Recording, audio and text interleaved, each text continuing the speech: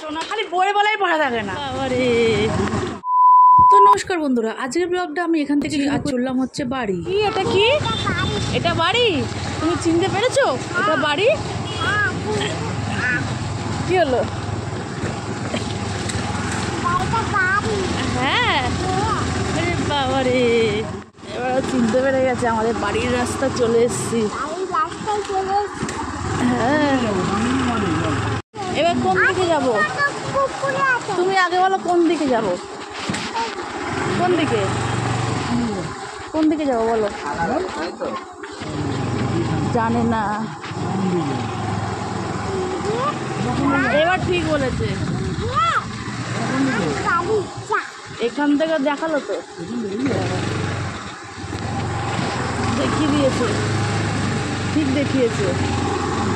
ফাঁকা দেখ, গলি পুরো ফাঁকা। আর মেয়ে এসে বাড়িও ঢুকলো না, চললো।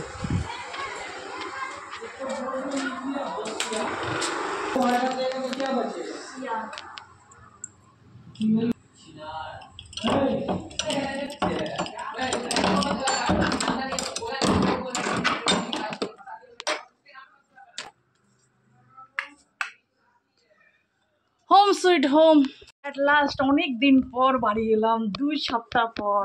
আহ, শান্তি শান্তি।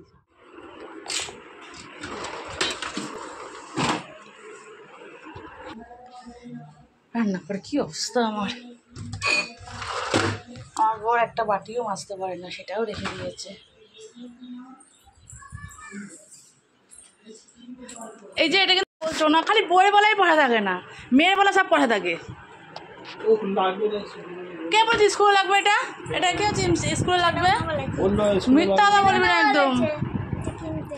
আর দেখো, এসেই কিন্তু কাজে লেগে পড়লাম। সব নোংরা হয়েছিল, ধুলো পড়েছিল। তারপরে কি করলাম, আমি আর জামাটা কিন্তু ছাড়িনি, কারণ এই ধুলোবালিগুলো পরিষ্কার করতে হবে, এসে আবার রান্না বসাতে হবে। তার জন্য তাড়াতাড়ি আমি আগে গ্যাসটা মুছে নিলাম, বাসনগুলোও ধুয়ে নেবো।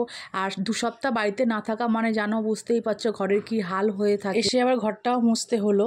আর চলো, কাজকর্ম কমপ্লিট হয়ে গেছে, ভাতও বসিয়ে দিয়েছি। আর আমার বাবা দিকে পুজোর প্রস্তুতি করে নিচ্ছে, কারণ দুজন দুদিকে করলে কি হয়, কাজটা হালকা হয়ে যায়। আমার বরটা একটু জানো ঠাকুর ভক্ত, সব কিছুতে পুজো দিতে ব্যস্ত।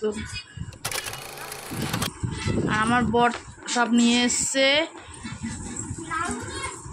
তোমার মালা নিয়ে এসছে। আজকে জুঁই ফুলের মালা বলছে 150 টাকা। তো আছে এত দাম, একটা মালা জুঁই ফুলের মালা বলছে 150 টাকা। আমি তো অবাক হয়ে যাচ্ছি। মানে জন্মাষ্টমীতে সবাইকে লুটে ফুটে নিয়ে নিচ্ছে চাষিগুলো। আমাদের গোপালটা আনা হচ্ছে না, আমার মায়ের বাড়ি।